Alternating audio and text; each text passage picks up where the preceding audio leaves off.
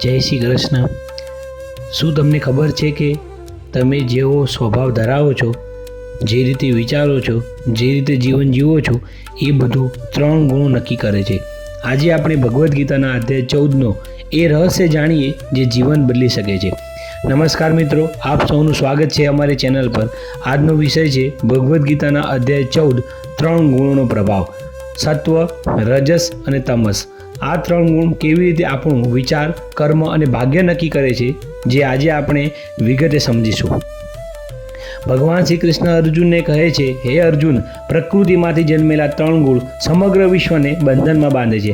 આ 3 ગુણ છે સત્વગુણ, એટલે કે શુદ્ધતા અને જ્ઞાન। સત્વગુણ માણસને શાંતિ આપે છે, તેમાં સત્ય, કરુણા, દયા અને જ્ઞાન હોય છે। આવા લોકો શાંત વિચારીને નિર્ણય લેતા હોય છે અને આધ્યાત્મિક માર્ગ આગળ વધતા હોય છે। પરંતુ સત્વગુણ પણ માણસને સુખ અને જ્ઞાનના બંધનમાં બાંધી શકે છે। રજસ ગુણ, ઈચ્છા અને ક્રિયા। રજસ ગુણ માણસને ભોગવટા તરફ દોરે છે। કામ, લોભ, દોડધામ, મહેનત, નામ, યશની લાલસા। આવા લોકો હંમેશા કંઈક મેળવવા માટે વ્યસ્ત રહે છે। જીવનમાં તણાવ, અશાંતિ અને અસંતોષ વધારે રહે છે। ત્રીજો ગુણ એટલે તમસ ગુણ, અજ્ઞાન અને આળસ। તમસ ગુણ અજ્ઞાન, આળસ અને નિંદ્રા પેદા કરે છે। આવા લોકો નિષ્ક્રિય, નકારાત્મક અને ભ્રમમાં રહે છે। સાચો માર્ગ ઓળખી શકતા નથી। તેમને પ્રગતિ કરતાં પસારપણું વધારે મળે છે। મરણ પછી 3 ગુણનું પરિણામ। શ્રી કૃષ્ણ કહે છે, જ્યારે મનુષ્ય સત્વ, રજસ અને તમસ ત્રણેયથી ઉપર ઉઠે છે ત્યારે તે મોક્ષને પામે છે।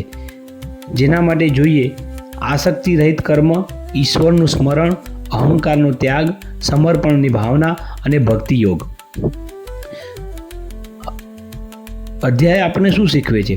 જીવનમાં આપણે કયા ગુણ વધુ કેળવવા જોઈએ?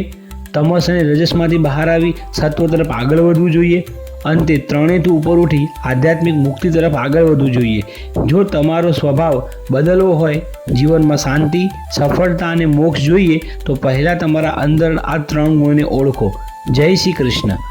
જો તમને આ વિડીયો પસંદ આવ્યો હોય તો વિડીયોને લાઈક કરજો, શેર કરજો અને ચેનલને સબસ્ક્રાઈબ કરજો અને કોમેન્ટમાં જય શ્રી કૃષ્ણ અવશ્ય લખજો।